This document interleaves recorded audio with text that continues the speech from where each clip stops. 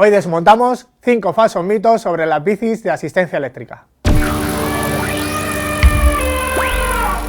El gran éxito y expansión de las bicis eléctricas ha sorprendido al sector y son muchos los tópicos y falsos mitos que nos llegan en los comentarios y que observamos entre los ciclistas que ven con recelo la irrupción de este nuevo tipo de bicis.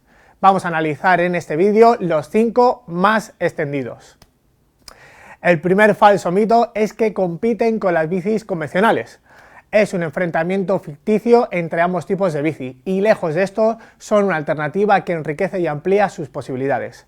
Las bicis de asistencia eléctrica están rompiendo algunas barreras que tenían las tradicionales y están facilitando que muchas más personas accedan y se enganchen al ciclismo en todas sus variantes. Y también se están consolidando como una alternativa real de transporte urbano sostenible en muchas ciudades. Lo realmente maravilloso de esta evolución es que podemos elegir y que cada uno disfrute del ciclismo como quiera. El segundo falso mito más recurrente es que son motos o ciclomotores, pero hay grandes diferencias entre las motos, que funcionan de forma autónoma con un acelerador, y las bicis de pedaleo asistido o pedelec, en las que es imprescindible pedalear y el motor lo que hace es asistir o ayudar a este pedaleo. Hay restricciones legales que impiden la existencia de aceleradores y que obligan a que la asistencia se interrumpa cuando superamos la velocidad de 25 km/h. También se limita la potencia de los motores a 250 kWh, potencia muy inferior a la de un simple ciclomotor e incomparable a la de una moto potente. Cumpliendo estos requisitos, legalmente están consideradas como bicis a todos los efectos y están exentas de la matriculación y demás obligaciones de motos y ciclomotores.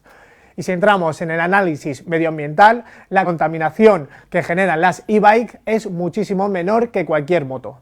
El tercer falso mito muy extendido es que con ellas no se hace ejercicio, pero realmente el grado de esfuerzo lo elige cada uno, exactamente igual que en las tradicionales, pero con la ventaja de que tenemos un mayor rango de elección. La experiencia nos dice que, al final, tendemos a hacer el mismo esfuerzo, pero dosificado y repartiendo en más kilómetros o desnivel. Incluso hace posible el ejercicio para ciclistas con problemas que no lo podrían hacer en una bici tradicional. Recordar que todas las bicis de asistencia eléctrica tienen diferentes modos de asistencia e incluso la opción de llevar la asistencia desconectada y solo usarla en los puntos que desees. El cuarto tópico falso es que las bicis eléctricas son solo para ciclistas con limitaciones. Por supuesto, son perfectas para los ciclistas que tienen algún tipo de limitación por enfermedad, lesión, falta de tiempo, etc. Y a muchos les permite mantener su actividad o incluso descubrir este deporte por primera vez. También permiten compartir experiencias ciclistas a personas con distinto nivel de forma, como amigos, parejas, familias, etc. Y solo por esto último ya estaría justificada su existencia desde nuestro punto de vista. Pero seguro que a muchos os sorprendería ver que son muchos los usuarios con buena forma física que eligen estas bicis para llegar más lejos, más alto o disfrutar más de sus rutas.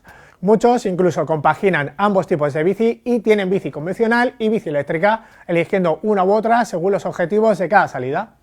También es frecuente que ciclistas habituales y en forma se decanten por la bici eléctrica para sus desplazamientos urbanos, para ir más rápido o llegar sin sudar a su destino. Y cerramos el top 5 de falsos mitos con la creencia también extendida de que se pierden las sensaciones de una bici tradicional. Este mito es posiblemente el que antes se despeja cuando pruebas una bici eléctrica. La reacción más habitual entre los numerosos amigos y clientes que han probado bicis eléctricas con nuestro programa de test es acabar con una gran sonrisa y la cara de haber probado algo muy divertido. Pero con la gran evolución que están teniendo las bicis eléctricas en todas las disciplinas, rebajando pesos y dimensiones y acercando cada vez más las geometrías a las de las bicis convencionales, también acaban con la sorpresa de que no notan apenas diferencias de agilidad a la hora de manejarlas, comparadas con las bicis convencionales de sus mismos segmentos. Un claro ejemplo es la nueva Specialized Turbolevo SL, que vienen a complementar a las Turbolevo de segunda generación, con bicis más ligeras y orientadas a un uso más trail e incluso XC.